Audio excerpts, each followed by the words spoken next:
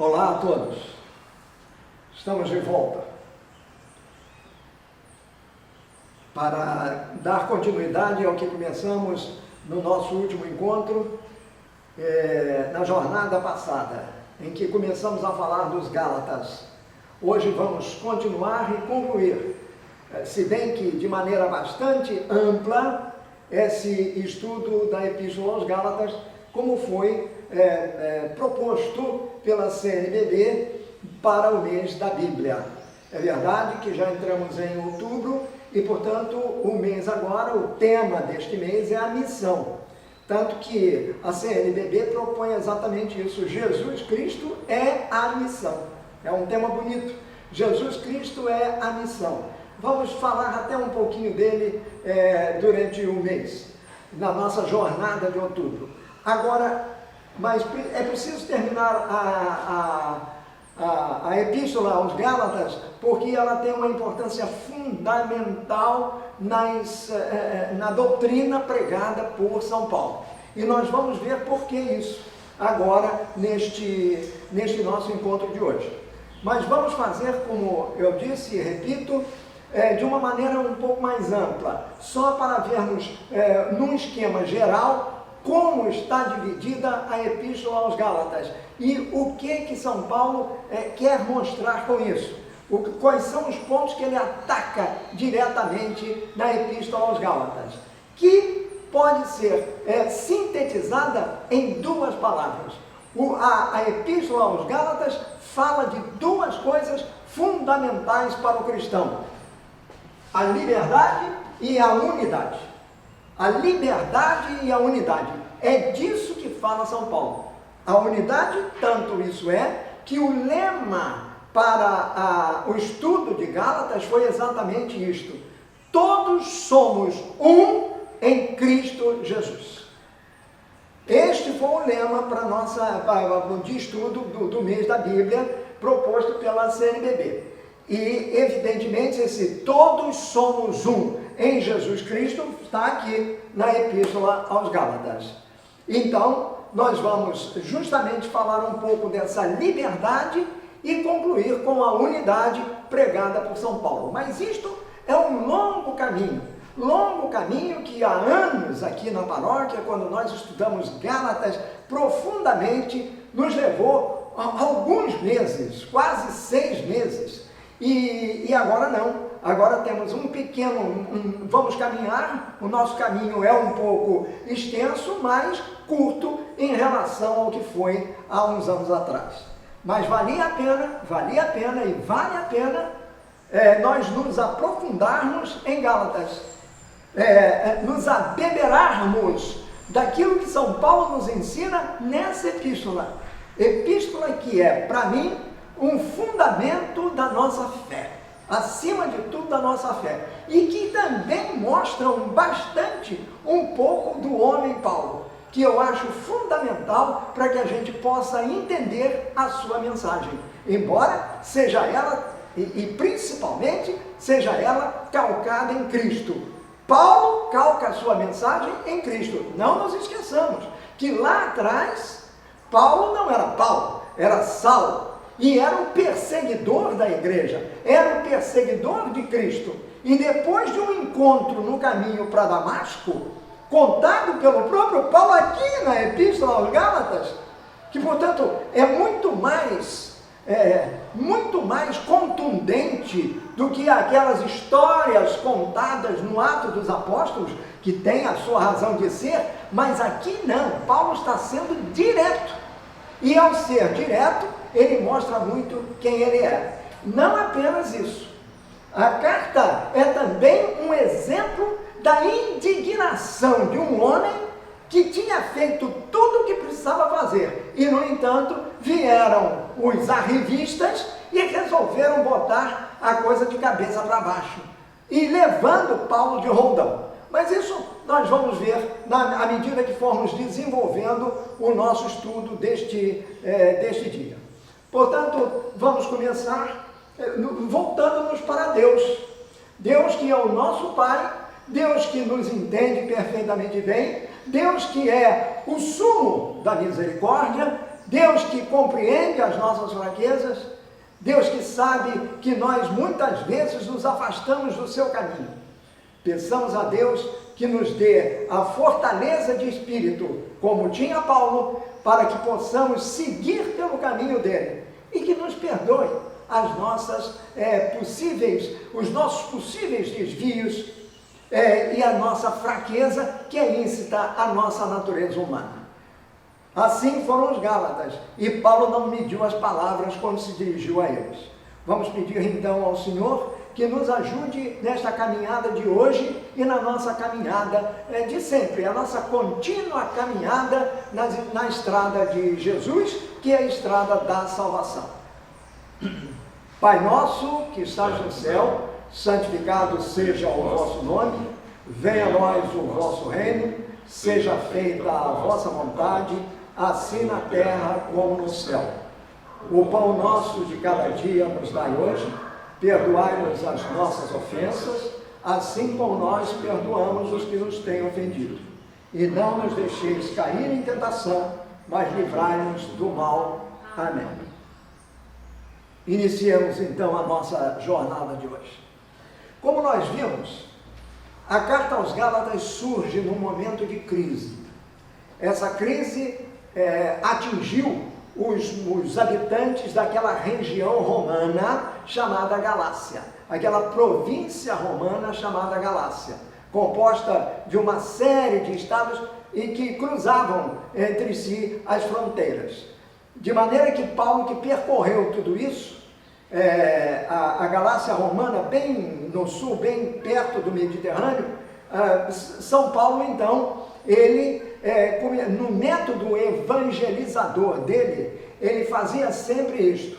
Ele passava pela região, ia falando do Cristo crucificado e ressuscitado, enviando a sua mensagem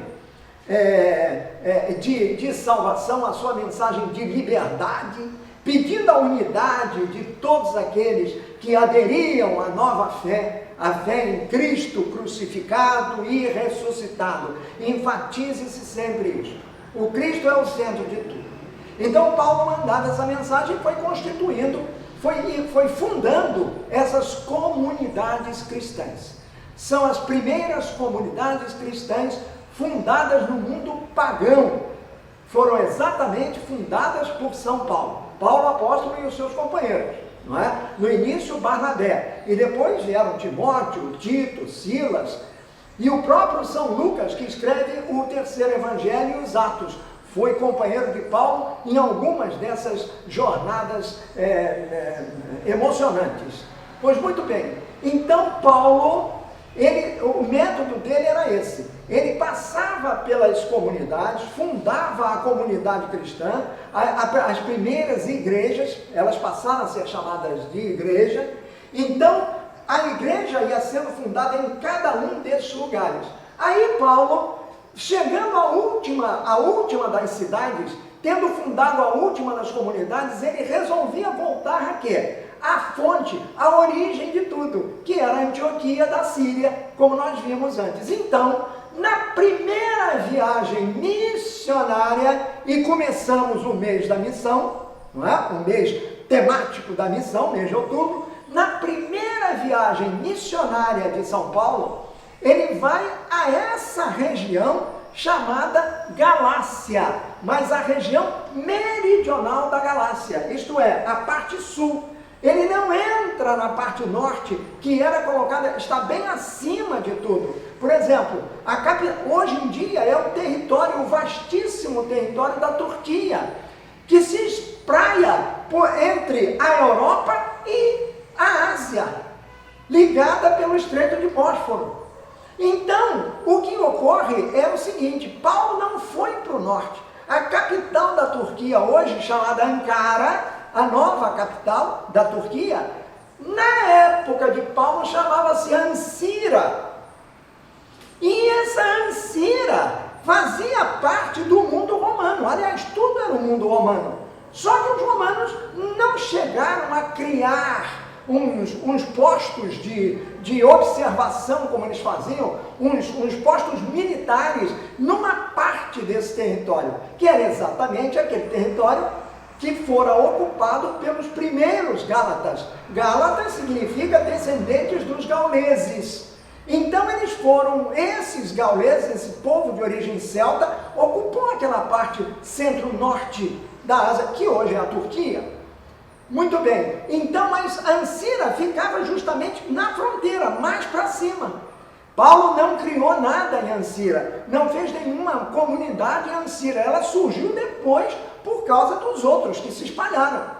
Mas o que Paulo fazia era chegar, o último lugar que ele visitou foi o quê? Derbe. Então ele chegou a Derbe e voltou pelo mesmo caminho. Voltou, foi a Listra, foi a Icônio, foi a Antioquia da Pisídia, depois desceu para o mar e dali pegou um barco de volta para Antioquia. Isso foi a primeira viagem dele. Viagem missionária, viagem evangélica, viagem apostólica, porque ele era um apóstolo. Pois muito bem.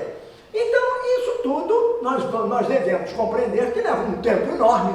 Imagina, não havia avião a jato, não havia absolutamente nada. O meio de transporte ou era o cavalo, o burro, ou o navio. Não é o barco, não é nem navio, era um barco que atravessava o Mediterrâneo de um lado para o outro. E o que acontecia era o seguinte, ou então a pé.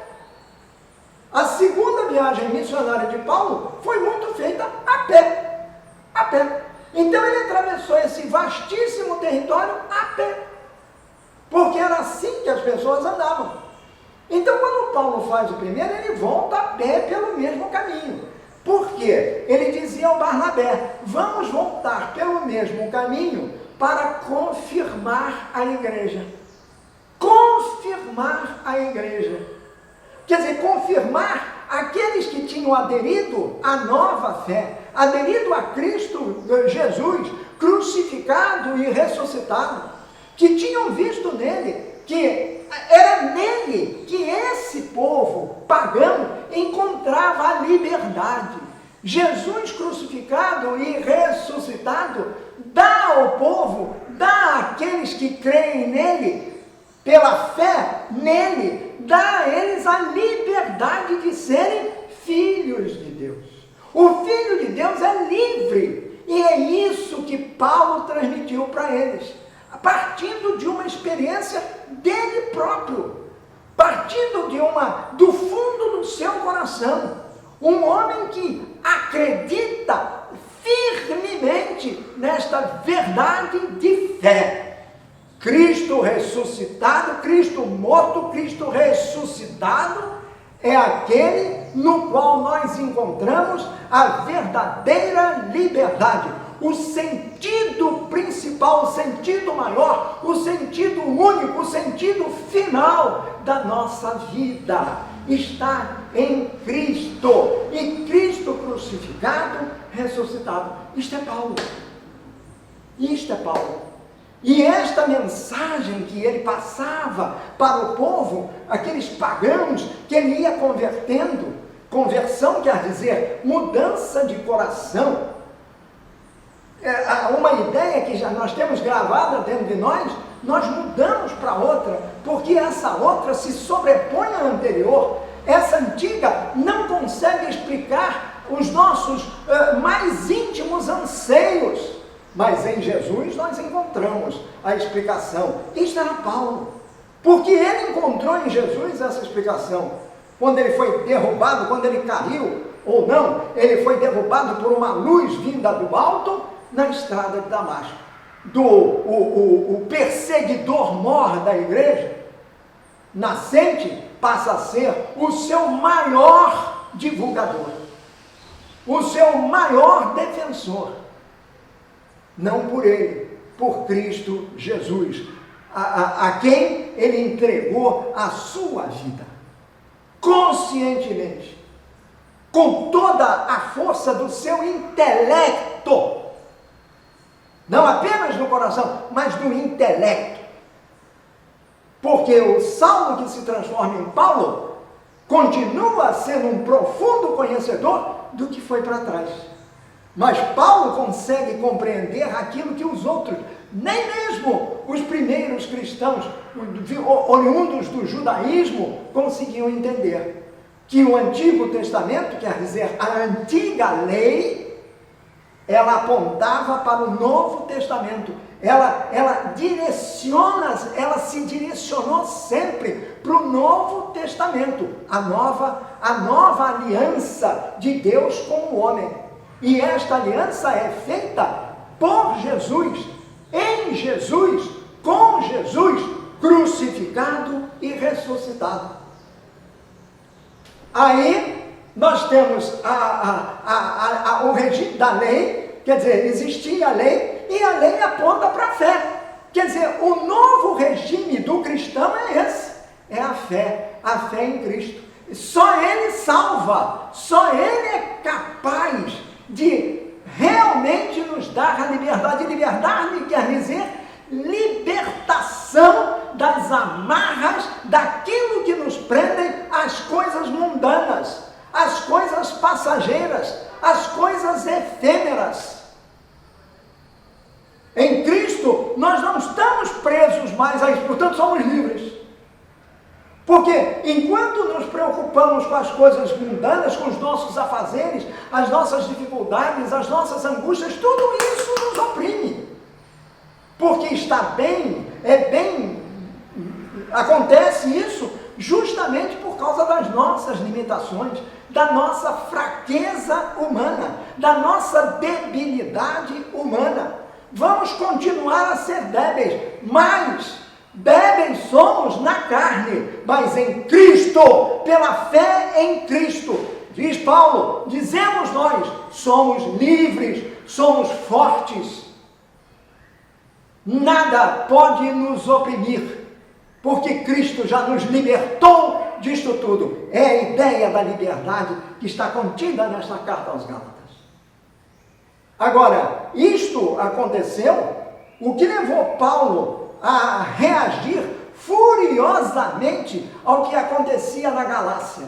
Foi porque quando ele estava num determinado lugar, nas suas viagens, isso foi no curso da segunda viagem apostólica ou da terceira, chegaram a ele notícias de que a Galácia tinha sido invadida por um grupo de pessoas, cristãos, mas cristãos convertidos do judaísmo, que haviam chegado à Galácia e incutiram na mente, no espírito, no coração dos Gálatas, que eram cristãos autênticos, cristãos nascidos do trabalho de Paulo e Barnabé, mas cristãos verdadeiros, aqueles que acreditaram em Paulo, aqueles que aderiram com fé à fé que Paulo transmitia para eles, a nova mensagem, o evangelho da libertação, o evangelho da esperança, que é o nosso, até hoje, graças a Paulo. Pois muito bem, os Gálatas viraram casaca. Quando os camaradas chegaram lá de Jerusalém e começaram a dizer que não, nada disso, para ser salvo, para você ser salvo, que seria a maior forma de liberdade, para você ser salvo, a primeira coisa que você tem que fazer é se circuncidar. E a segunda coisa que você tem que fazer é obedecer às prescrições da lei. Ora, Paulo tinha ensinado justamente o oposto. Não havia necessidade para aquelas pessoas, aquelas comunidades compostas de pessoas estrangeiras que nada tinham a ver com o judaísmo, não havia necessidade de eles se circuncidarem para serem de Cristo, para serem salvos por Cristo. Porque a salvação que Cristo trouxera, mediante a sua morte e a sua ressurreição, a salvação de Cristo atingia todos por igual. Todos eram iguais perante Cristo perante Deus. Porque Cristo lhes trouxera a salvação é esta, a grande mensagem é esta. Eu não preciso ser branco para ser salvo, eu não preciso ser alto para ser salvo, eu não preciso ter olho azul para ser salvo, eu não preciso ser um acadêmico para ser salvo. Não, eu tenho que ser quem eu sou. E é isso que Paulo ensinou aos Gálatas. Ele tinha dito para eles: vocês continuam sendo quem vocês são. Cristo quer salvar os Gálatas, não quer salvar os Gálatas transformados em judeus. Isso não tem cabimento. Então, para eu ser salvo, eu tenho que me transformar numa outra pessoa. É como nós chegamos a um absurdo de achar: não, olha, chega o camarada aqui, não, mas para você ser salvo verdadeiramente, você tem que se transformar num poste. Aí só depois de você ser um poste é que você vai ser salvo. Isso não tem cabimento. Quando Paulo então ouviu isto, que os cristãos eram cristãos, mas vindos do judaísmo, quer dizer, chegados de Jerusalém, obrigavam, impingiam aos Gálatas a circuncisão e a obediência àqueles 613 itens da lei. Tinham que obedecer àqueles itens todos da lei, que eram 613 ao todo. Para serem salvos, eles precisavam ser obedientes a isso e fazer a circuncisão, coisa que agredia a condição humana deles.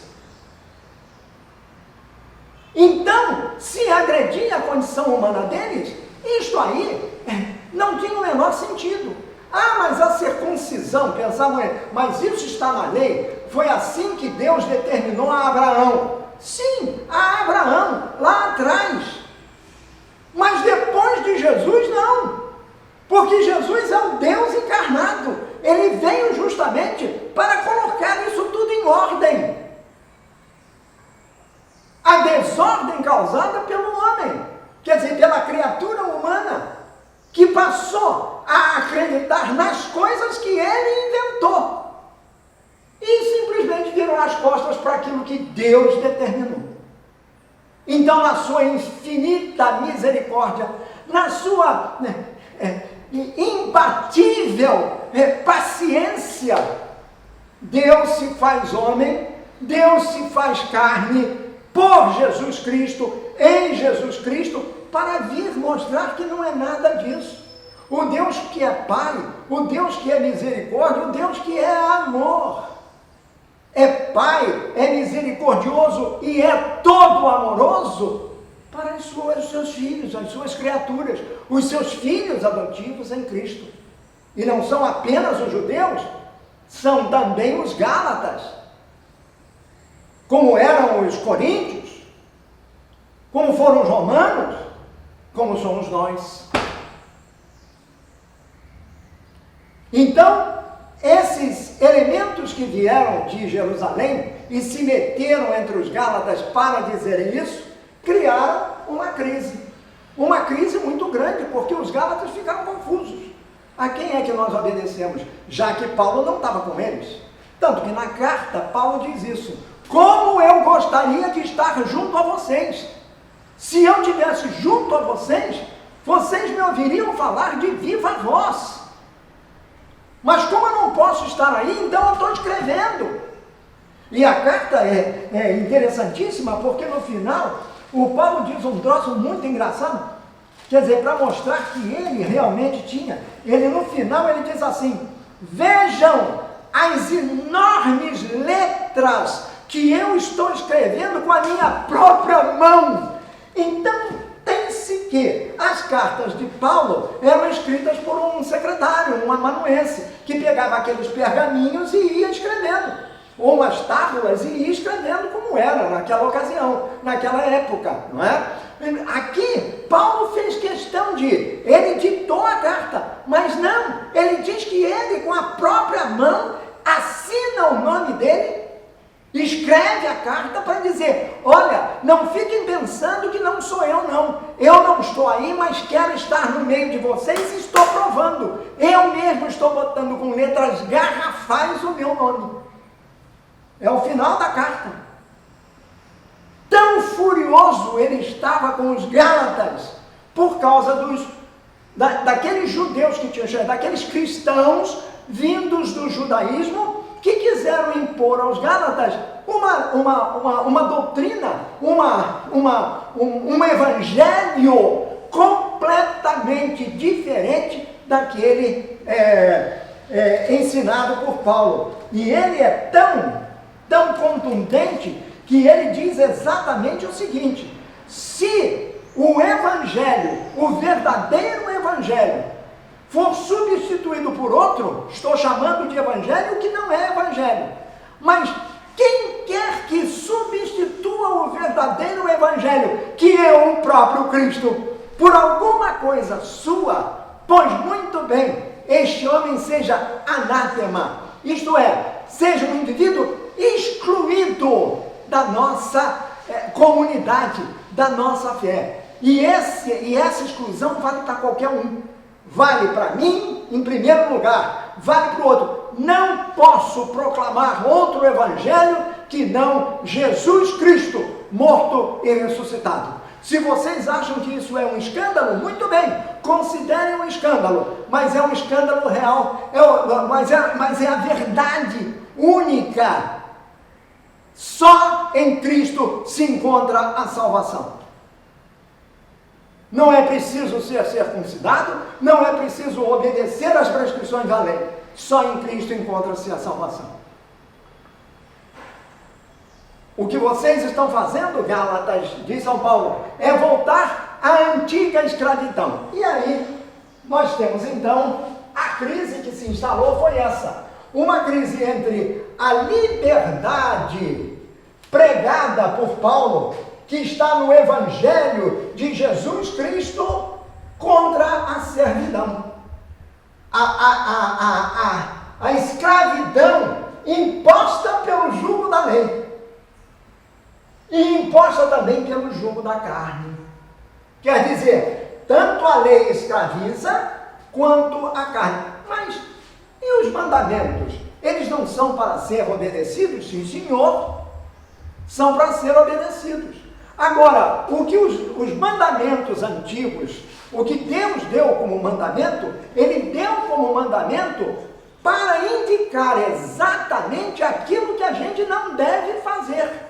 Por isso é que os 10 mandamentos começam com um advérbio negativo, não. Depois de dizer, amarás a Deus sobre todas as coisas, amarás o próximo como a ti mesmo, aí começa uma série de nãos. Não matarás, não furtarás, não cometerás adultério, não. Isso tudo fora transformado numa outra coisa completamente diferente com o passar do tempo. E no tempo de Jesus, havia na lei 613 prescrições. Se as pessoas não pudessem cumprir as 613, não tinham a salvação. É este jugo da lei, ou seja, esta servidão imposta pela lei, que Jesus veio extirpar, que Jesus veio acabar com isso.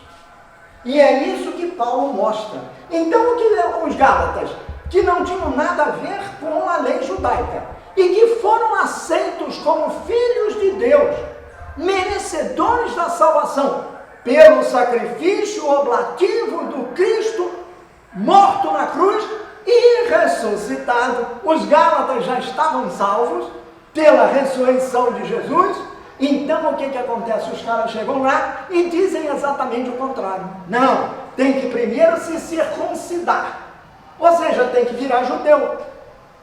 E em segundo lugar, tem que obedecer, não os 10 mandamentos só não, as 613 prescrições da lei. Quando se diz que a carta aos Gálatas, ela tem uma importância fundamental para o nosso tempo moderno, e tem mesmo. 21 séculos depois, vamos colocar 20 séculos depois, ela continua com a mesma importância. Quantas vezes nós, vamos ser honestos, nós tivemos a nossa liberdade cerceada pelas prescrições legais da nossa lei religiosa. O O Papa Francisco chamou bastante atenção disso durante este mês de setembro. Aliás, começou muito antes, que ele veio fazendo uma catequese sobre Gálatas, e fez de propósito, como querendo dizer assim: escuta, vocês são livres porque Cristo já nos libertou. Vocês não são livres porque a igreja, estou falando da nossa igreja, não estou falando de outras, estabelece que nós temos que fazer isso, fazer aquilo outro. Não! Isso não pode ser o principal e não é o principal. Então a carta aos Gálatas está mostrando isso. Será que nós, como igreja, muitas vezes não impedimos os nossos irmãos de se tornarem nossos irmãos porque impusemos sobre eles uma série de condições absurdas que, ao invés de atraí-los para a unidade, os afastam? Hoje é uma crise religiosa, mas há uma crise eclesial. E a missão, veja, a missão de Francisco é exatamente essa: botar as coisas nos devidos termos, no devido lugar. Isto não quer dizer que nós não tenhamos de ter respeito pelas determinações que nós temos na nossa igreja. Não! Mas isto tem que ser entendido no seu contexto. Tem que ser compreendido no seu sentido maior, que nunca, jamais poderá ferir a liberdade de quem alcançou esta liberdade, quem ganhou esta liberdade pela graça de Deus, em Cristo, por Cristo e com Cristo. Não há possibilidade de nos salvarmos. Então, não nos deixemos tolher na nossa liberdade pelo jugo da lei, por essas prescrições que não têm sentido. Eu trago aqui o exemplo de uma pessoa muito querida minha.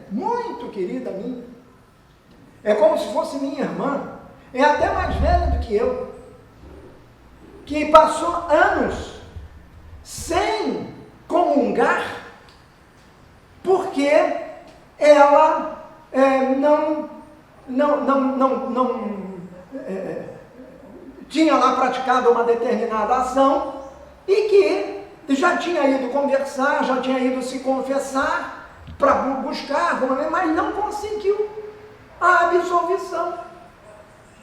Então ela, respeitosa das coisas, disse assim: bom, já que eu não fui absolvida, então eu não posso comungar. Meu Deus do céu! Jesus se deixou ficar como alimento para nós, para que nós o comungássemos. Quer dizer, nós o tomássemos como alimento, nós nos alimentássemos dele. O nosso querido Padre Mauro costuma sempre enfatizar a mesma coisa: comungar sempre, comungar quantas vezes forem necessárias. Se eu tenho vontade de comungar, eu vou e comungo. Claro, eu tenho que estar limpo, eu tenho que estar com a mente limpa. Agora, impedir a pessoa de receber o Cristo sacramental, por algo que a pessoa se sentiu mal, foi lá, confessou, cumpriu toda a determinação e não recebeu o perdão. Aqui mesmo, recentemente, não aqui na nossa paróquia, pelo contrário, aqui a coisa foi resolvida, mas também um outro amigo me procurou e disse que tinha feito o curso de batismo era uma pessoa conhecida dele, que era na época namorada dele, e que queria se batizar, já era adulta. Aí ele fez o curso de batismo com ela. E aí na hora do batismo, A pessoa que auxiliava lá o padre, na hora cochichou no ouvido do padre: olha, essa aí não pode ser batizada não. Por quê? Porque o namorado dela, que é esse meu amigo, o namorado dela é um indivíduo separado, é um indivíduo desquitado, não usava a expressão divorciado. Sim, e daí? Qual é o problema? Ele estava lá sendo o padrinho dela. Qual é o problema?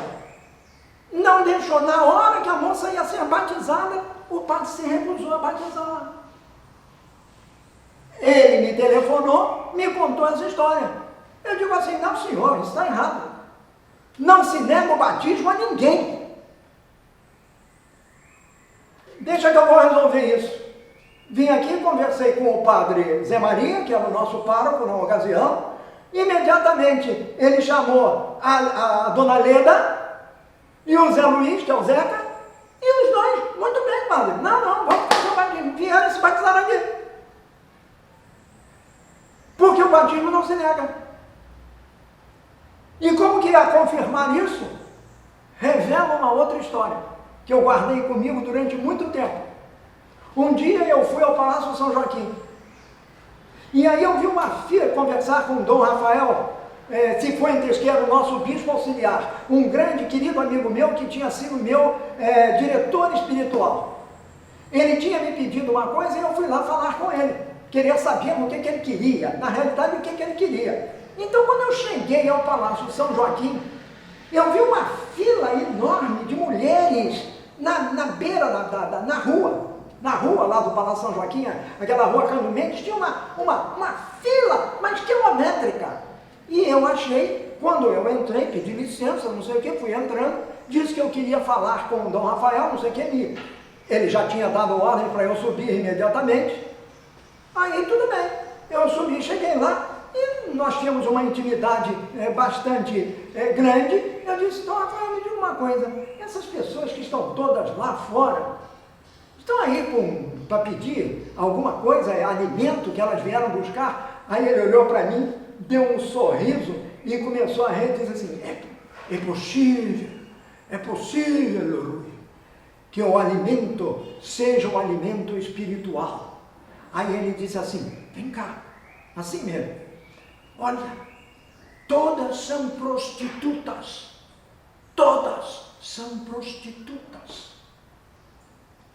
que querem batizar os filhos. Não havia criança lá. Querem batizar os filhos. E vem de diversos lugares do Rio de Janeiro, de diversas paróquias. Quando Dom Eugênio, que era o nosso cardeal arcebispo, soube disso, olha, Dom Eugênio era um sujeito rigoroso, um homem apegado à letra da lei. Quando Dom Eugênio, cardeal arcebispo do Rio de Janeiro, soube dessa história, mandou que viesse aqui.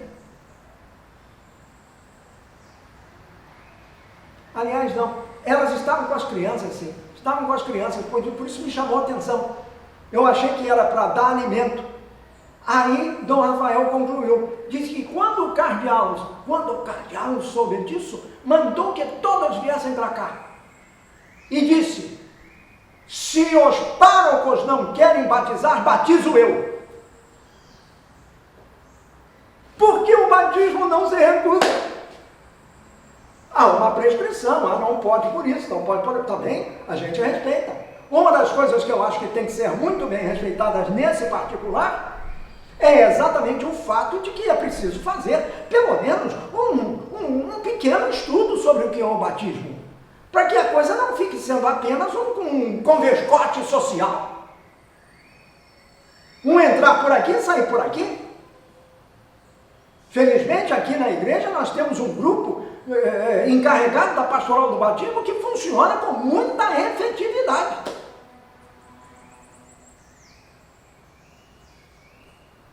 E que procuram transmitir, embora no pouco tempo que tem, procuram transmitir as verdades da fé ligadas ao batismo.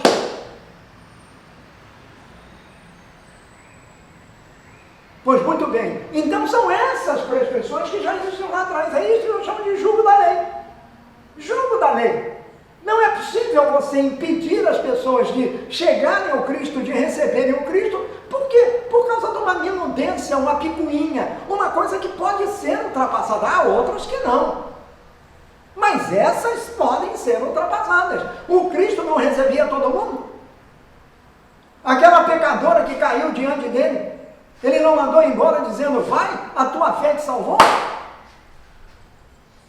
A fé é de cada um de nós, e é exatamente isso que Paulo dizia. A segunda servidão é a servidão da carne. Está lá no Gálatas, capítulo 5, versículo número 13. Que quando Paulo dizia também, vocês que acabam se deixando prender pelo jugo da lei, acabam também se deixando prender pelo jugo da carne. E o que é o jugo da carne? É toda a série de coisas que atentam contra Deus. Pelas mínimas coisas que a gente faz, é a violência. É jugo da carne. Jugo da carne não está direcionado apenas para o lado sexual. Não, senhor.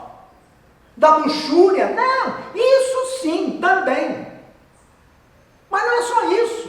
A violência, a corrupção,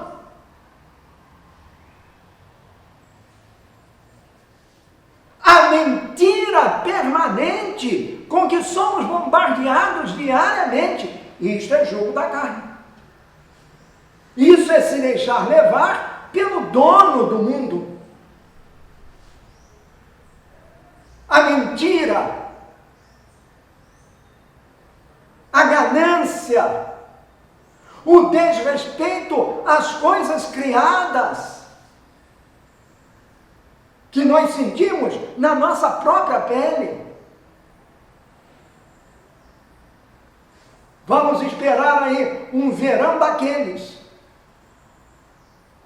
E aí, está muito...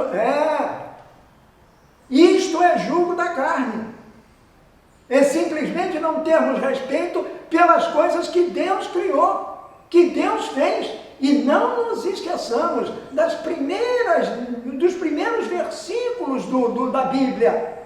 Gênesis 1, capítulo 1, e os versículos que se seguem da criação do mundo.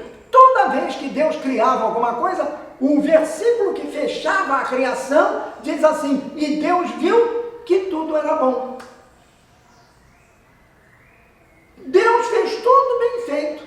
Nós é que realmente resolvemos conspurcar a obra de Deus. Foi por causa disto que está aqui, desta crise, que imposta aos Gálatas, por aqueles que vieram de fora, que Paulo reagiu com toda a violência. Com toda a violência, digo eu. Ele foi além do que se imaginava dele. Tanto que a carta aos Gálatas não começa com uma ação de graças. Paulo já entra metendo o pé na porta.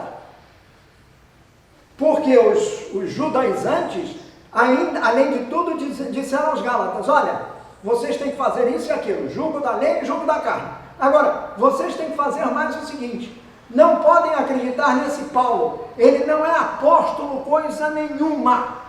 Ele não é apóstolo porque ele não recebeu esse mandato, não foi chamado por Jesus.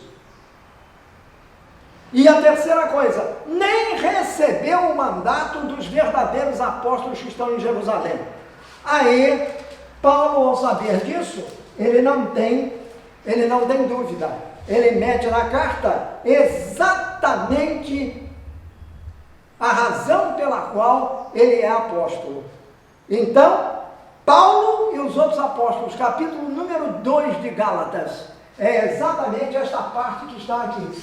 A origem da missão de Paulo. Missão. O mês é missionário. Paulo foi o maior missionário da fé católica. Não digo da igreja, não. O maior missionário da fé cristã foi Paulo. Lá no início, nos primórdios do cristianismo. E para isso, ele foi eleito, ele foi chamado, ele foi escolhido pelo próprio Jesus. E é isso que ele diz: não sou apóstolo, eu, Paulo, escrevo esta carta. Eu que fui chamado para ser apóstolo, não por pessoas ou por meio de uma pessoa, não pelos apóstolos de Jerusalém, a quem eu respeito. Não, eu não fui chamado por uma pessoa ou por várias pessoas, mas, ele bota, por Jesus Cristo e por Deus. Pronto. Ele já começa, ao invés de fazer uma ação de graças como ele sempre fazia, ele já começa dizendo logo o que era. Quando dizem mentirosamente que eu não sou apóstolo, porque eu não tenho mandato de Jerusalém, e porque Jesus não me entregou, pois eu digo a vocês que me conhecem perfeitamente bem, que eu recebi o mandato de ser apóstolo, ou seja, mensageiro do Evangelho, anunciador do Evangelho. E Evangelho significa Cristo e Cristo ressuscitado, Cristo morto e ressuscitado por nós. Este é o verdadeiro Evangelho, é o próprio Cristo. Foi Ele mesmo, em pessoa, que me disse isso. Eu quero que tu faças isso, e tu vais fazer com a minha ajuda, com a minha graça. Vou te botar o meu Espírito e você sairá pelo mundo para pregar a verdade do Evangelho, que é esta: Cristo ressuscitou e na sua ressurreição Ele nos deu a liberdade plena. Então Paulo, a origem da missão de Paulo está justamente em Cristo Jesus, que é também o centro da mensagem dele. Jesus crucificado e ressuscitado. Tenho enfatizado este ponto. E isto tudo nós encontramos em Gálatas, capítulo 1, do versículo número 11 ao capítulo 2, versículo 10. Aqui está, Paulo fala do Mysterium Christi, ou seja, o mistério de Cristo. Ele fala desse mistério, que é o mistério da cruz de Cristo. Então ele já começa se defendendo assim: eu sou apóstolo, sim senhor, não porque alguém me deu autorização para ser, o próprio Cristo me deu me impôs isto. E o centro da mensagem dele é Jesus crucificado, a tal ponto que no final desse capítulo 2, Paulo vai dizer assim: estou pregado na cruz com Cristo. Não sou eu que vivo, é Cristo que vive em mim. Portanto, eu não preciso de autorização de ABC. O que eu falo, o que eu prego, o que eu transmito para vocês, Gálatas, mas para vocês também,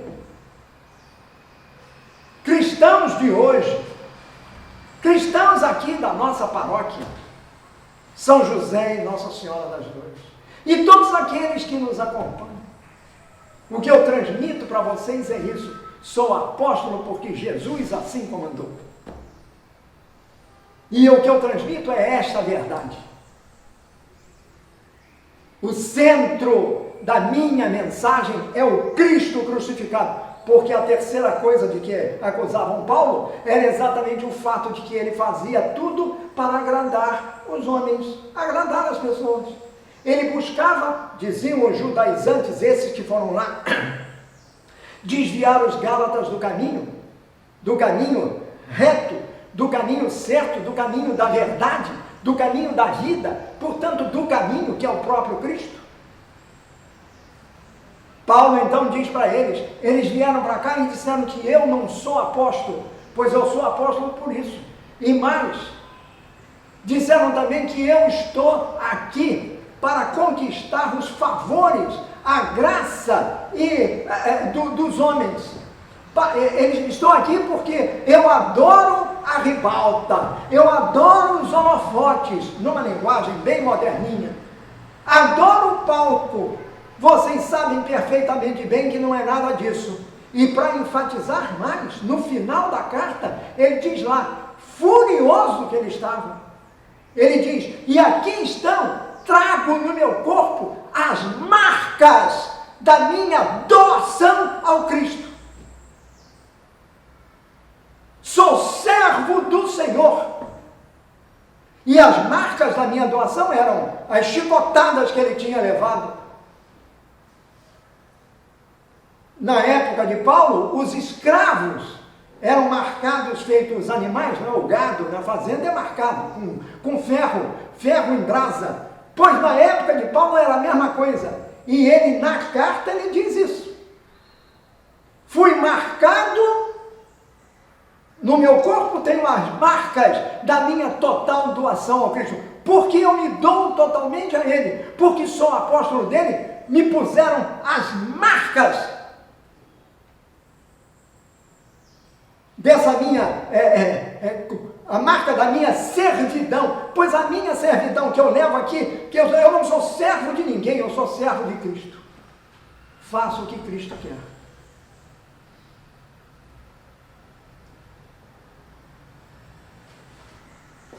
Cristo crucificado e ressuscitado, centro da mensagem de Paulo. Esse capítulo 1 e o capítulo 2 todos são absolutamente fundamentais, mas esses dois mostram bem quem era São Paulo.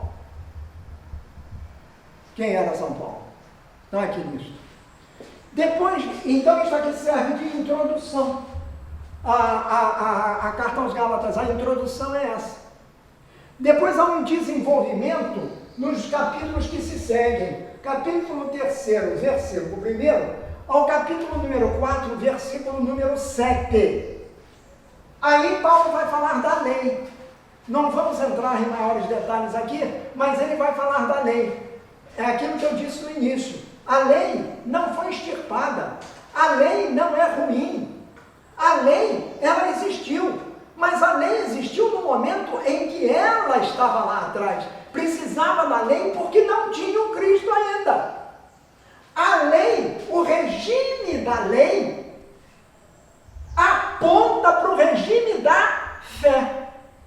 Depois de Cristo, a lei não é mais, a lei não salva absolutamente ninguém. Quem salva é Cristo, mas a lei aponta para a fé. Por quê? Porque a lei diz, não faça isso, não faça aquilo, apontando para a fé que nós devíamos ter mais adiante em Cristo. É Ele que nos leva a cumprir verdadeiramente a lei, no seu espírito. No seu espírito. A letra da lei aponta para o espírito da lei. Mas o espírito da lei nunca era visto. Só que estão interessados no que está escrito. Não matarás significa que não é não matarás, porque você tem que viver em fraternidade. Você tem que respeitar o direito do outro. Acima de tudo, a vida, por isso não matarás. Mas não é o fato de eu não matar que me salva. O que me salva não é o cumprimento da lei, não matarás. O que me salva é a fé em Cristo Jesus. A fé no Cristo crucificado e ressuscitado. É isto que Paulo demonstra aqui. A lei aponta para a fé. Se nós tivéssemos mais tempo, nós iríamos descer a isto aqui. Iríamos ver, sim, cada uma dessas coisas. E eu chamo a atenção para o seguinte.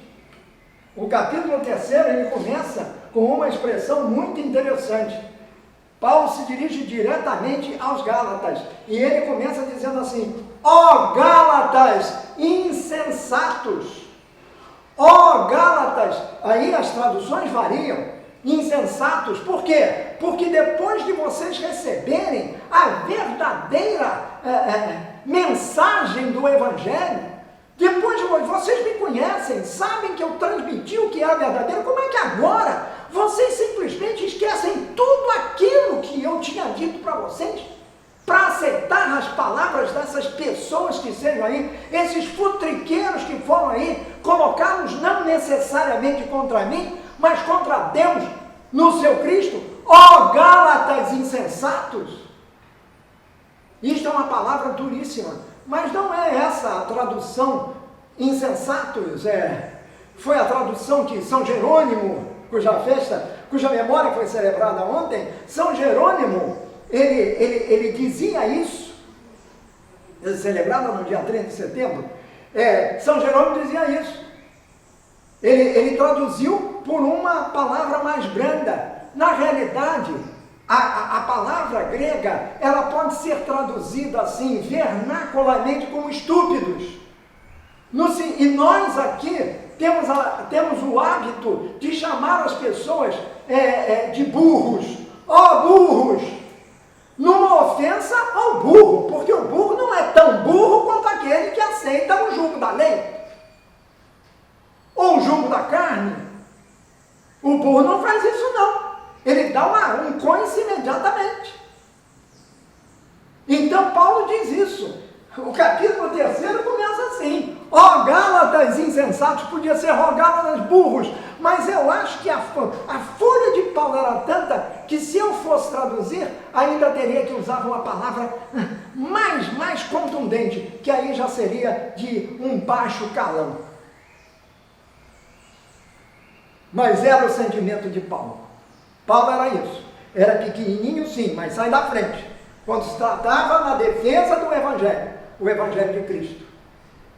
E isto deve ser uma inspiração para nós. Primeiro isso. E claro, o Evangelho, eu acabei de dizer, ele é a verdadeira liberdade.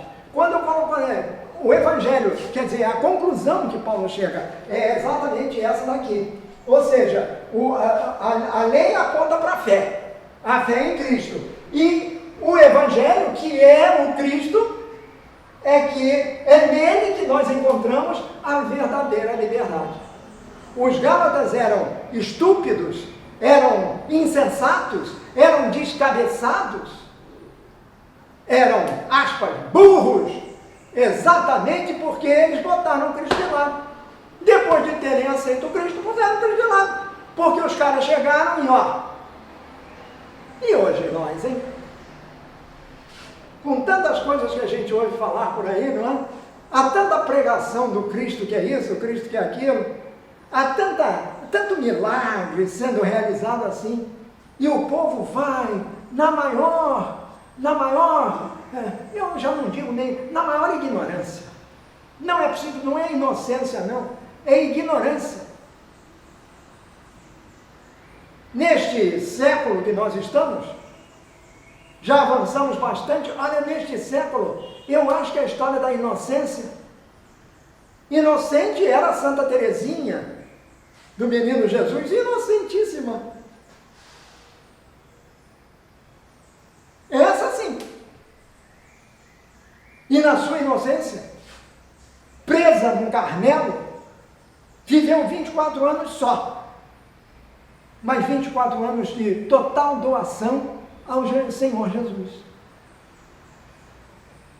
Não escreveu um diário, mas não escreveu uma obra teológica, uma obra exegética, não foi nenhum Tomás de Aquino, nenhum Agostinho, absolutamente. Era uma menina, uma moça simples, e na sua simplicidade, deitada numa cama, com uma doença terrível, a tuberculose, que a acabou matando, essa moça produziu as flores mais bonitas do jardim de Cristo. E colheu-as, e resolveu espalhá-las pelo mundo. Escreveu um diário. É o diário da infância espiritual. Então, você não precisa ser nenhum gênio teológico para chegar, para espalhar o Cristo.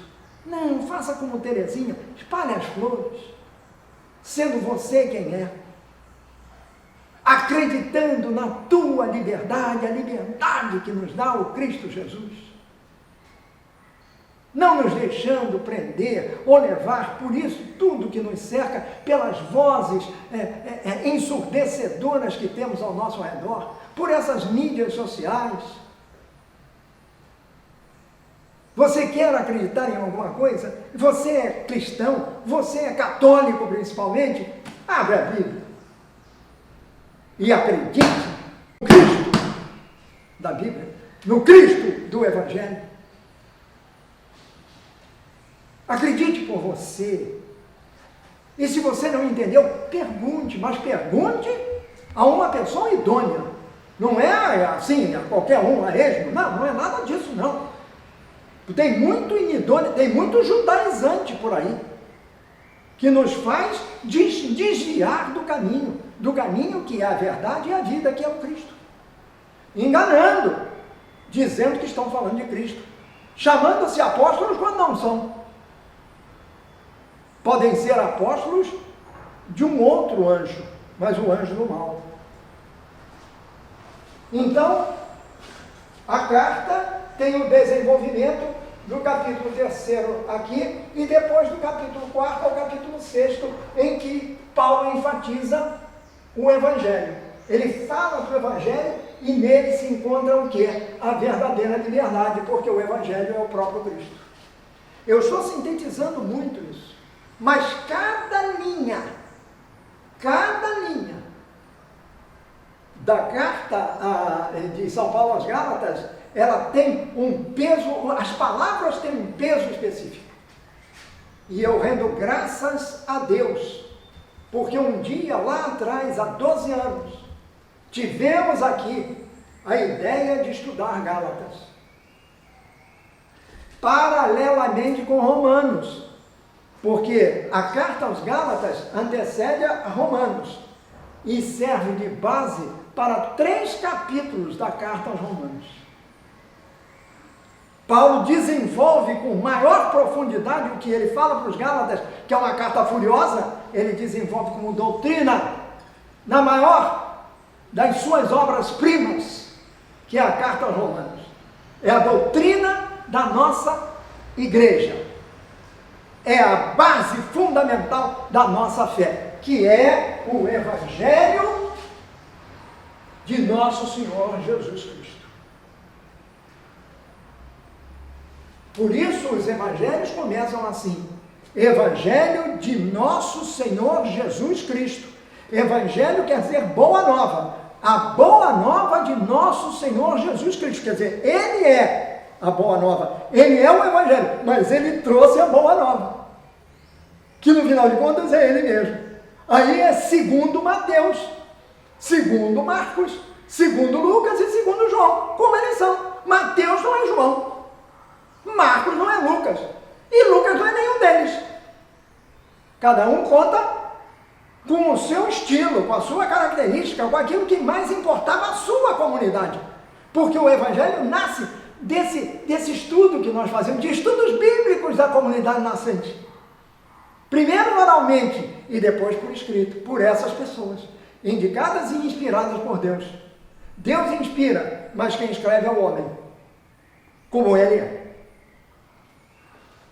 Finalmente, a carta conclui com Paulo afirmando uma outra coisa, que em Cristo crucificado e ressuscitado nós temos a nova criação, e a nova criação é a vida pelo Espírito. Quer dizer, deixamos de viver pela carne, sendo carne, para vivermos pelo Espírito. Isso tudo está preso ao próprio Evangelho. Não é a letra da lei, quando se fala da lei, que vale, é o espírito da lei que conta. A palavra do Evangelho é a palavra do próprio Cristo. Então essa é que tem o peso fundamental. É essa que deve sempre nos nortear. Então, ela nos norteia para isso, para uma nova criação. A vida da carne é substituída pela vida do Espírito. Então vejam bem, no capítulo número 6, versículo número 11 ao 18, Paulo conclui a carta. E com isso, nós concluímos aqui. Olha aqui, depois de ele falar daquela história que ele estava usando letras garrafais para dizer isso, ele fala assim, olha aqui, os que estão forçando vocês a se circuncidarem são pessoas que querem ficar orgulhosas de coisas de pouca importância. A circuncisão não tem importância para a salvação. Eles fazem isso somente para não serem perseguidos por causa da cruz. Eles têm medo, eles são cristãos com medo da cruz, não querem ser perseguidos pela cruz. E nós, como somos, pessoalmente como igreja, temos medo da cruz? Temos medo de sair para pregar a cruz? A cruz que salva? Então Paulo continua, a cruz de Cristo, pois nem mesmo os que praticam a circuncisão obedecem à lei. Vejam que ele é duro. São os hipócritas. Lembra-se que Jesus falava, hipócritas, sepulcros caiados. Vocês pregam uma coisa que vocês não fazem. E mais adiante ele vai dizer, olha, fazem tudo o que eles vos dizem, porque eles falavam da lei, eram muito bem conceituados, mas não a praticavam. O que adianta a gente vir para cá e ir à comunhão? A expressão é de Padre Mauro, que eu repito sempre.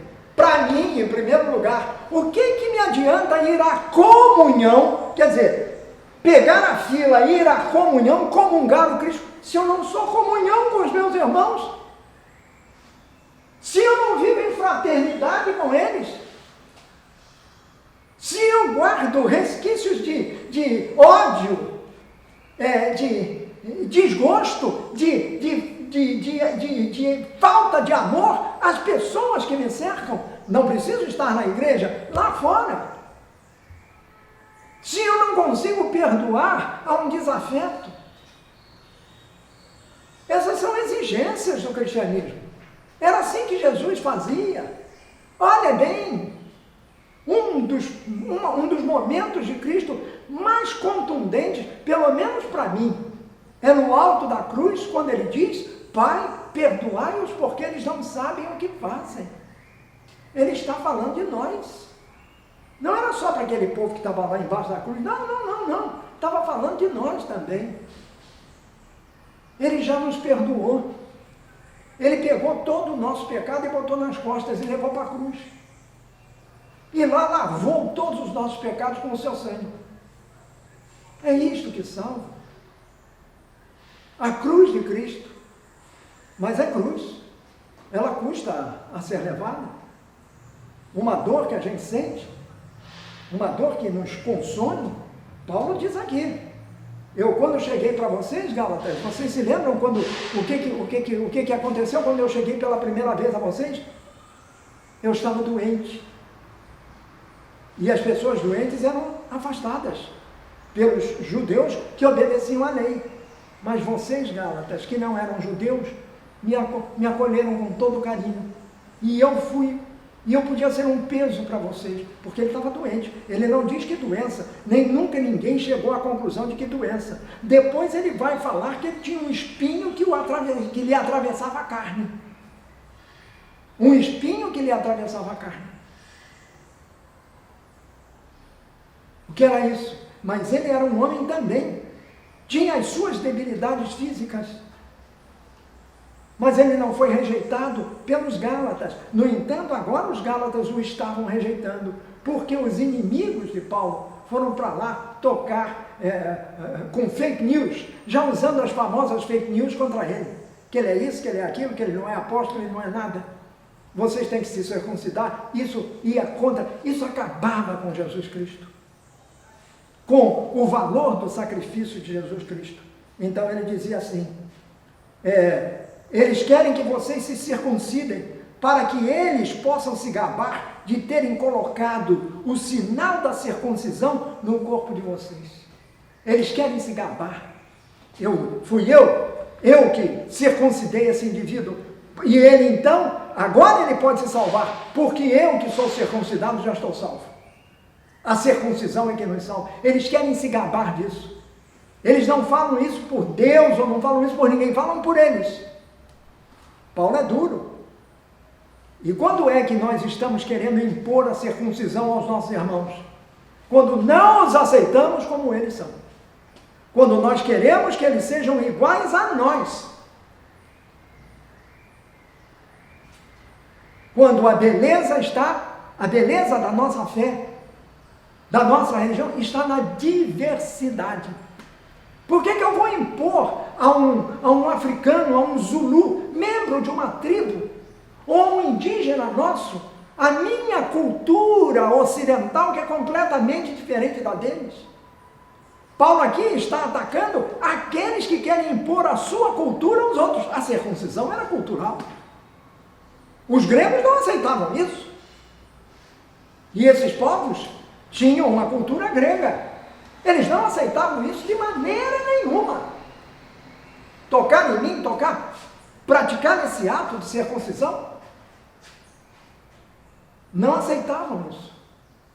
Pois Paulo levou a eles a mensagem da liberdade. Vocês têm que ser quem vocês são, e vocês já estão livres, porque Cristo, crucificado e ressuscitado, os libertou pela sua paixão, morte e ressurreição. Isto é Gálatas. E ele vai mais. Mas eu me orgulharei sempre na cruz de nosso Senhor Jesus Cristo. Pois por meio da cruz, ouçam bem, e depois leiam, por meio da cruz, o mundo está morto para mim, e eu estou morto para o mundo. Paulo era circuncidado, porque Paulo fora um fariseu. Paulo era da estirpe de Abraão, mas encontrou Jesus e descobriu a verdade. Descobriu a verdadeira liberdade. Então ele diz: estou morto para o mundo e estou pregado na cruz com Cristo. O Cristo vive em mim agora. E eu, Paulo, sou Cristo, porque sou de Cristo. Se sou de Cristo, quero ser Cristo. E ele então diz com todas as letras: por meio da cruz, o mundo está morto para mim, e eu estou morto para o mundo. Não faz nenhuma diferença se o homem é circuncidado ou não, ó Gálatas. O importante é que ele seja uma nova pessoa, a nova criação. Jesus ressuscitou para que nós ressuscitássemos com ele. Nós que morremos na cruz, morremos com Jesus no batismo, pela ressurreição de Jesus, já ressuscitamos com ele. Já temos isso em coativo. Nós trazemos isso dentro de nós. Nós nascemos para a liberdade que Cristo nos dá. E a liberdade que Cristo nos dá tem a sua plenitude na vida eterna que Ele nos prometeu e Ele já nos deu e que nós levamos dentro de nós. Para isso não precisa ser preto, branco, amarelo, azul, não precisa ser alto, baixo, gordo, magro, circuncidado, não circuncidado, não existe escravo, não existe livre. É isso que ele vai desenvolver na carta aos Romanos. É em Cristo que o homem encontra o sentido da sua vida. A história humana só tem sentido em Cristo, por Cristo e com Cristo. Foi por isso que Deus se fez carne e habitou entre nós. O Verbo divino se faz carne e habita em nós. Jesus não está apenas no nosso meio. Jesus quer estar dentro de nós. E ainda que não o queiramos receber, ainda que refuguemos, ainda que o rejeitemos, Ele não nos rejeita. Ele não nos abandona. Ele caminha conosco, mas mais do que isso, Ele caminha dentro de nós. Não foi isso que Ele fez lá na estrada de Emaús? Caminhou com os discípulos e depois partiu o pão e deu para eles. Não é isso que nós fazemos aqui? Caminhamos como discípulos para as nossas missas. Ouvimos a palavra, nos revestimos dela e depois vamos à comunhão. Tomamos Jesus sacramentado dentro de nós e o levamos conosco. E por isso temos que estar em saída para anunciar o Cristo Salvador, o Cristo Jesus, aquele que nos dá a verdadeira liberdade, a liberdade de sermos filhos de Deus, de podermos chamar Deus de Abá, Paizinho, como Jesus fazia, de podermos rezar Pai Nosso que está nos céus.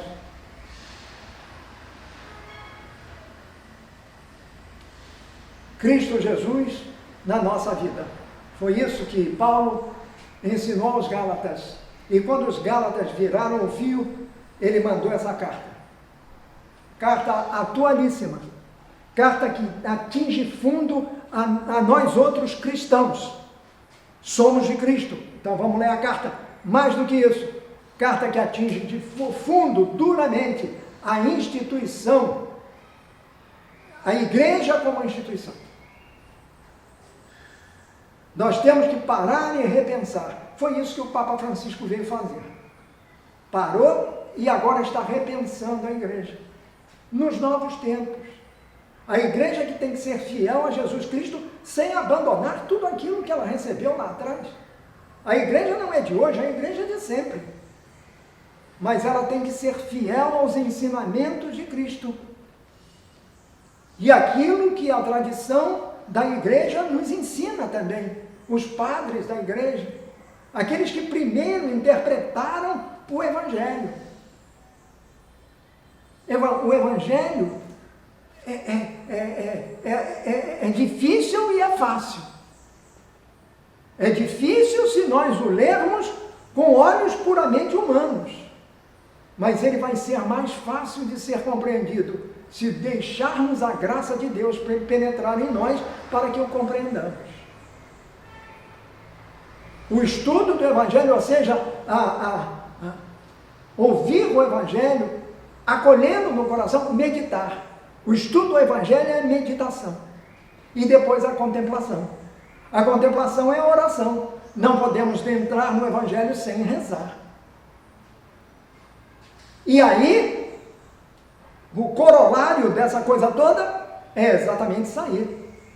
E viver na nossa vida, não com o megafone, como se colocam lá no Largo da Carioca, ou colocavam lá no Largo da Carioca a berrar uma série de bobagens. Ou que agora se vai pela mídia social, pela televisão, uma série de bobagens. Algo que os judaizantes fizeram com os gálatas. Não nos deixemos levar por isso.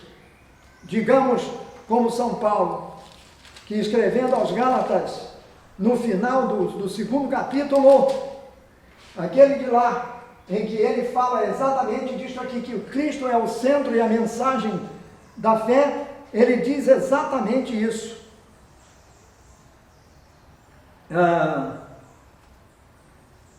Eu fui morto com Cristo na cruz. Assim, já não sou eu que vivo, é Cristo que vive em mim. É Cristo que vive em mim. E completa.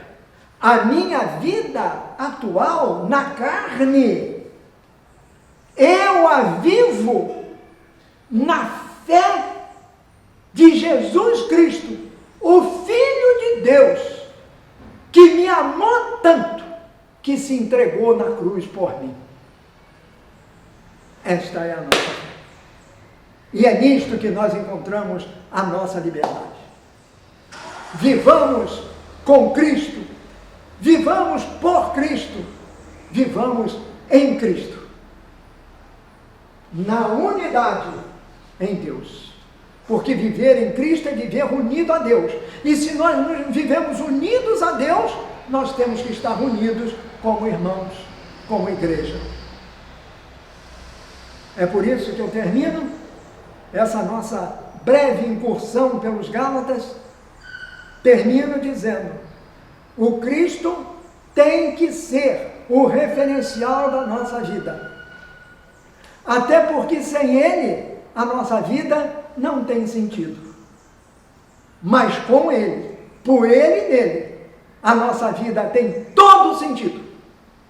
Porque nós seremos, como Paulo, Cristo nos outros, porque Cristo está em nós. É exatamente isso que ele nos pede, que ele pediu aos Gálatas que fizessem, e que ele nos pede até hoje para nós fazermos. Reflitamos um pouco essa carta. Não deixemos passar só o mês de setembro, acabou, não, senhor. É bom voltar uma vez ou outra a isto. Mas não esquecer nunca esta frase lapidar de São Paulo: estou pregado na cruz com Cristo. O mundo para mim não existe. O que existe é o Cristo em mim, para eu ser um com Ele, em vocês, na unidade, na liberdade, na fé. Vamos pedir a Nossa Senhora, que foi uma com Cristo, porque gerou Cristo, que ela nos ajude a ser exatamente aquilo que São Paulo disse. Que ela nos ajude a conhecer a profundidade da mensagem salvífica de Jesus no Evangelho, mensagem que vem da cruz. Não tenhamos medo da cruz. Abracemos a cruz, como fez São Paulo da cruz, como fez Maria, de pé, ao pé da cruz. Então é com ela, seguro nas mãos dela, que nós dizemos com toda a fé do nosso agradecimento ao Senhor Jesus na cruz. Ave Maria, cheia de graça, o Senhor é convosco, bendita sois vós entre as mulheres, e bendito é o fruto do vosso ventre, Jesus. Santa Maria, Mãe de Deus, rogai por nós, pecadores, agora e na hora de nossa morte. Amém. Obrigado a todos e até o nosso próximo encontro. Em nome do Pai, do Filho e do Espírito Santo. Tchau.